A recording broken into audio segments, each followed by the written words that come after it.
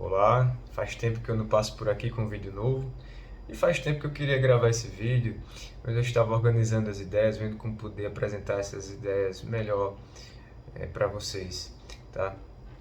Então hoje eu queria falar para vocês um pouco sobre o Didaquê.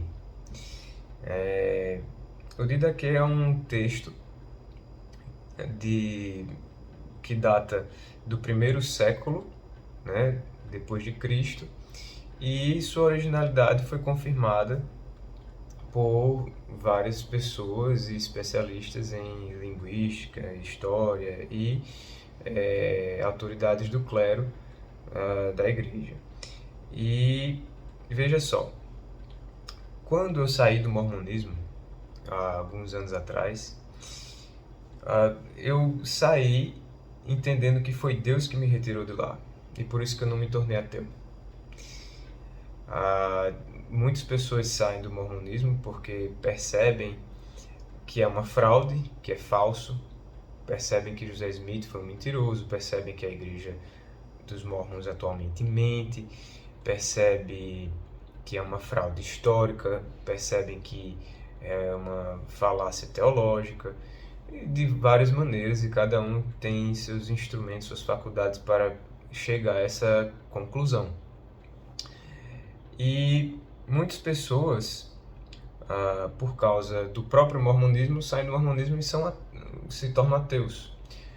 Por quê? Porque os mormons treinam e doutrinam que depois de Cristo os apóstolos foram mortos e a igreja morreu. E qualquer ideia sobre Deus e sobre o cristianismo passou a ser corrompida, né? A igreja entrou em apostasia e toda a verdade da igreja se perdeu, ficaram apenas fragmentos corruptos. E José Smith veio e restaurou a verdade, né? É isso. Então, é muito mais simples para quem sai do mormonismo porque percebe que ele é uma fraude, simplesmente jogar tudo para trás e seguir uma nova filosofia de vida. E aí muitos vão seguir outras seitas, terminam entrando em seitas às vezes mais perigosas que o mormonismo, vão para seitas cristãs, vão para filosofias africanas, orientais, ou se tornam ateus, criando para si próprios a sua própria religião, sem nem se dar conta disso. E aquele que quer continuar acreditando em Cristo, então vai investigar o próprio Cristo, investigar Deus, investigar o que temos aqui. E aí o que temos mais facilmente, mais à disposição é a Bíblia, né? E é muito difícil você ser um cristão sozinho, se guiando pelos seus entendimentos da Bíblia. Então, é difícil e arriscado, porque o ser humano é decaído de fato. Nós somos pessoas com tendências, nós queremos comprovar que estamos certos, temos nossos prazeres e existe o maligno que quer nos enganar, né? Ele nos engana de várias maneiras, sempre deturpando aquilo que é verdade, já que ele não tem poder de criar nada por si mesmo. E aí, nessa tarefa difícil, eu procurei bons pregadores, bons pastores, livros, palestras aqui no YouTube. E nessa tarefa difícil de procurar conhecer a Deus por conta própria, através da Bíblia e de ensinamentos de bons pastores, reformados ou protestantes,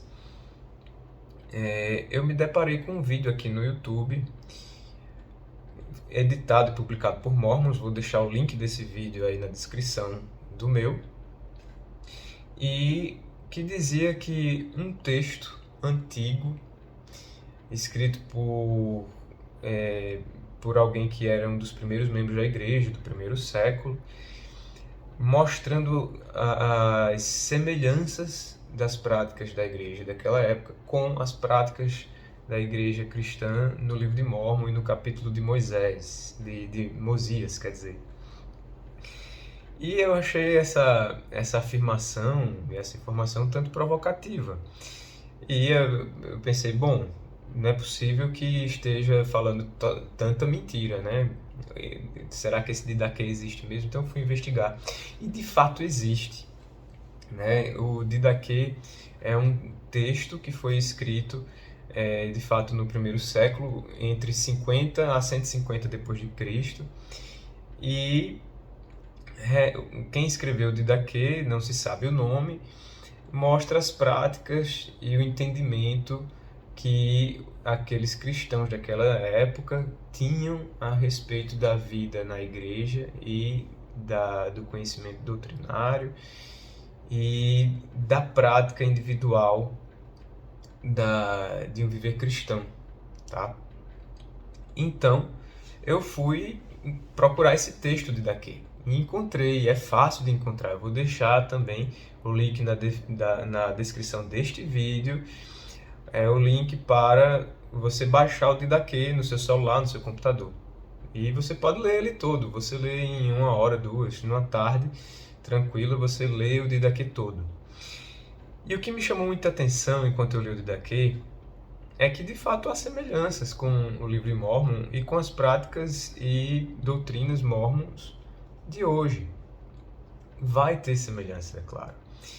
Mas essas semelhanças não comprovam que o livro de Mórmon é um livro escrito por profetas 3.000 anos atrás, né? O Didaquê termina comprovando que o livro de Mórmon, de fato, é um romance escrito por José Smith e parceiros no século XIX, tá? Por que isso?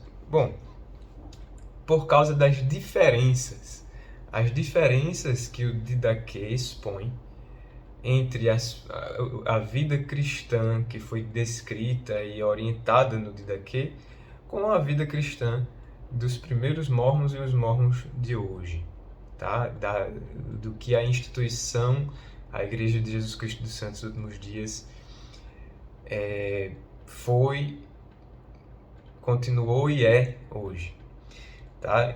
Do mesmo jeito que existem semelhanças entre o mormonismo e o Islã, mas são as diferenças entre o mormonismo e o Islã que mostram que um é verdadeiro e outro é falso.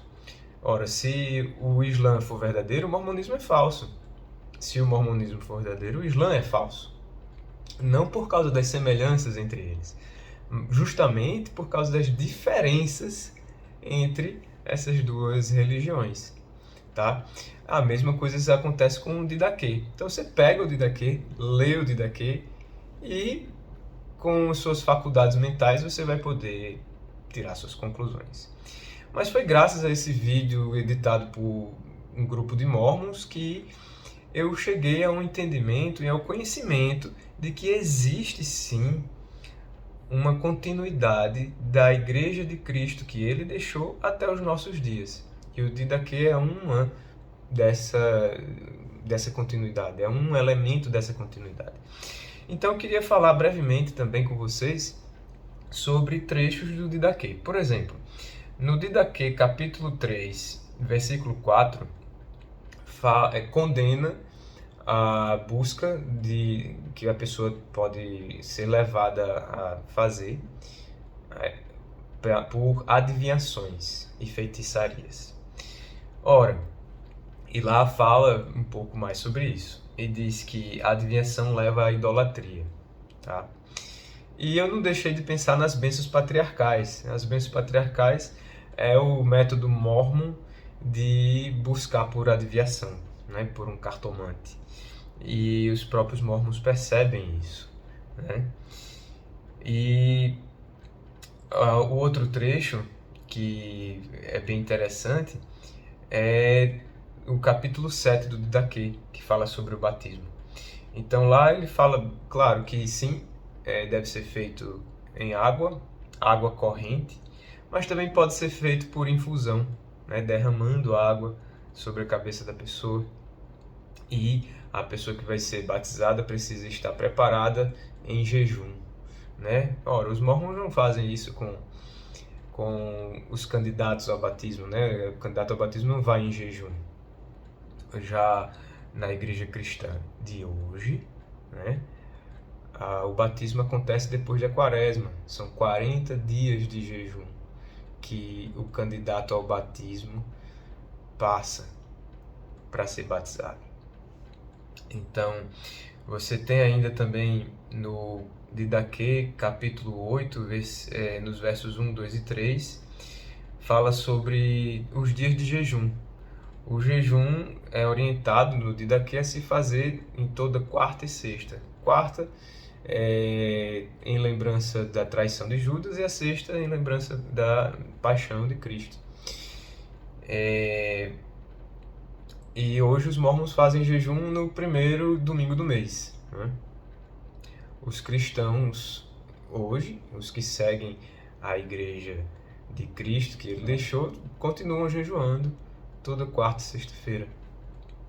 Outra parte interessante é o versículo 2, né? O Didaquê orienta a se rezar o Pai Nosso, a oração do Pai Nosso mesmo. Pai Nosso que estás nos céus, santificado seja o teu nome. E orienta a rezar o Pai Nosso 3 vezes por dia. Enquanto no mormonismo, a oração do Pai Nosso, ela é proibida, né? Ela é lida como um trecho do Evangelho de Mateus. Ele é lido como um trecho do Novo Testamento, mas nunca como uma oração, de fato. Nunca nos meus 34 anos de membro da Igreja dos Mormons, eu orei o Pai Nosso por incentivo dos Mormons, nem vi o Pai Nosso ser orado em qualquer reunião dos Mormons, tá? Então você pode dizer que é uma oração proibida. Se você subir no púlpito e fizer o sinal da cruz e a oração dos Mormons, você pode ser arrastado do púlpito, tá? A outra parte que é fundamental é no capítulo 9, em que no Didaquê se descreve como era realizada a Eucaristia, que nos Mormons se fala o sacramento, que é, nos Mormons, na reunião sacramental deles, de domingo, o partir o pão e separar a água em copinhos, tá? A Eucaristia no Didaquê, ela é evidenciada por o ato principal da vida cristã em comunhão, em comunidade, tá? Essa é o centro da vida cristã que se vê no Didaquê. E a Eucaristia, ela é uma comunhão, ela é um elemento de unir. A Eucaristia é um meio de unir cada cristão em um só corpo, através de se tomar daquele cálice e comer daquele pão, né? E ele é tratado como a coisa santa. E através de se comer da Eucaristia e se beber da Eucaristia, do corpo e sangue de Cristo, no Didaquê se mostra que existe uma relação entre se fazer essa participação como uma comunhão e adquirir através disso a imortalidade e o Espírito Santo dentro de si, o nome do Pai dentro do coração, né? Fala também que é o corpo e sangue de Jesus como alimento. Os cristãos que seguiram na sucessão apostólica e continuam até hoje têm exatamente esse mesmo entendimento. Os mormons não. Os mormons, depois que acaba a reunião sacramental, eles pegam aquela água e jogam no ralo e dão aqueles pães para os passarinhos comerem, tá? É um símbolo, né? A oração sacramental dos mormons é: ó Deus Pai eterno, nós te rogamos em nome de teu Filho Jesus Cristo, que abençoe e santifique este pão para as almas de todos que partilharem dele, para que o comam em lembrança do corpo de teu Filho e testifiquem a ti, ó Deus Pai eterno, que desejam tomar sobre si o nome do teu filho, recordá-lo sempre e guardar os mandamentos que ele lhes deu para que possam ter consigo seu espírito. Então é um símbolo e é um elemento de se fazer uma promessa, é uma renovação da promessa de ser mórmon, né? De guardar os mandamentos dos mórmons, de lembrar sempre do Jesus mórmon e, para isso, ter o Espírito Santo consigo, mas não habitando dentro de si e se transformando e sendo transformado pelo Espírito e sendo purificado pelo Espírito por habitar dentro de si, não como um elemento de comunhão, que cada um come da mesma carne de Cristo e a igreja se torna um só corpo. Não é assim, né? No mormonismo, inclusive, o mormonismo combate essa visão da Eucaristia como, de fato, a presença real de Jesus Cristo, Deus, no pão e no vinho, que é a visão que os cristãos carregam desde Cristo até hoje. E o Didaquê é a prova, é uma das provas disso, tá?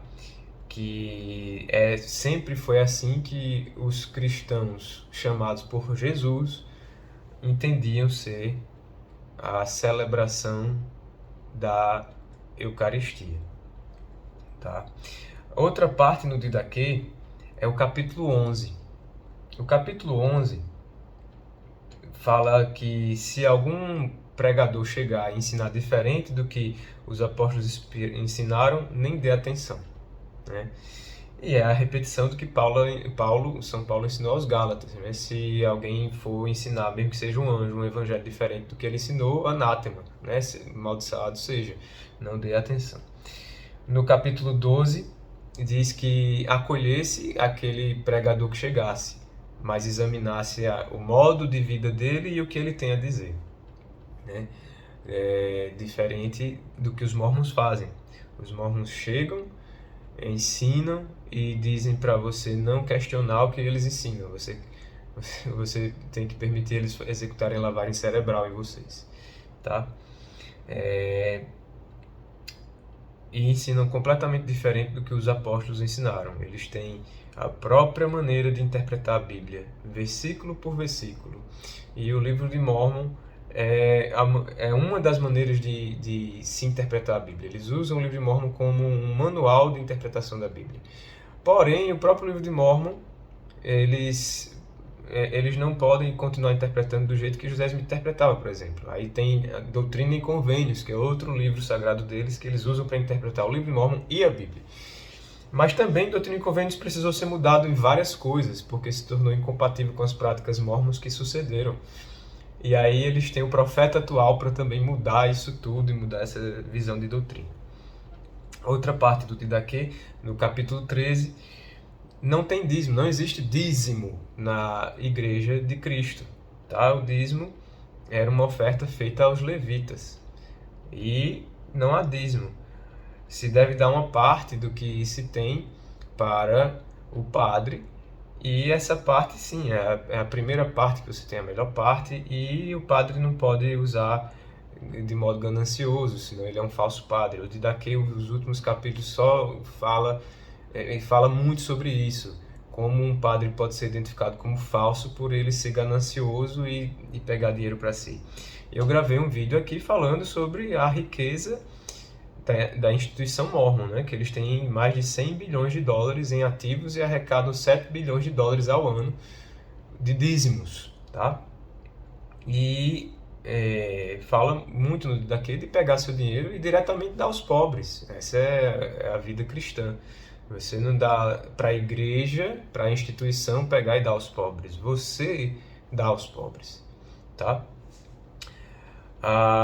No capítulo 14, fala sobre as reuniões da igreja. A igreja, sim, é importante. Isso daí é algo que, quando eu cheguei a entender, depois que eu saí dos mormons, que eu não podia me considerar da igreja sem estar com a igreja. Eu não podia. Para você ser cristão, você tem que estar junto dos cristãos, né? E a sua salvação é, de fato, junto dos cristãos, você intercedendo pelos outros, os outros intercedendo por você e juntos em comunhão indo a Cristo, tá? Então, o caráter da reunião é em torno da santificação pela Eucaristia, né? É o caráter de estar se reunindo para fazer o sacrifício do Cordeiro, que foi feito de uma vez por todas e é reapresentado para todos e comungado por todos na Eucaristia. E ele é falado como o sacrifício puro, tá? Então, existe o cântico, o louvor, a doação do dízimo, tudo que pode ser feito pelos pobres, e o sacrifício puro é de fato a Eucaristia, é Cristo presente no pão e no vinho que foram transformados pelo Espírito Santo em corpo e sangue de Cristo. Então, mais uma vez, essas grandes diferenças, essas gritantes diferenças do viver cristão, entendimento da doutrina, de como se adorar, de como se reunir, de como ver a Eucaristia, essas diferenças entre o Didaquê e o Livro de Mórmon e o viver do mormonismo são muito mais importantes que as semelhanças. Então, se o Didaquê for de fato um escrito autêntico e genuíno, o Livro de Mórmon é falso. E se o Livro de Mórmon é falso, o mormonismo é falso. Espero ter sido útil para vocês nesse vídeo. Eu recomendo muito que se pegue o Didaquê e se leia, tire suas próprias conclusões através de sua leitura e verifique isso então, né? Espero seus comentários. Eu procuro responder a alguns. Agradeço muito pelas pessoas que acompanham o canal, não por mim, por algum benefício que eu possa ter, mas por cada curtida que você dá, um inscrito, o YouTube ele transmite mais esse vídeo para outras pessoas. Então, se você achou esse conteúdo útil e acha que outras pessoas também podem se beneficiar pelo que eu gravei aqui, por favor, não esqueça de dar sua curtida, de se inscrever nesse canal e compartilhar esse vídeo com outras pessoas. Um grande abraço e fiquem todos com Deus. Obrigado.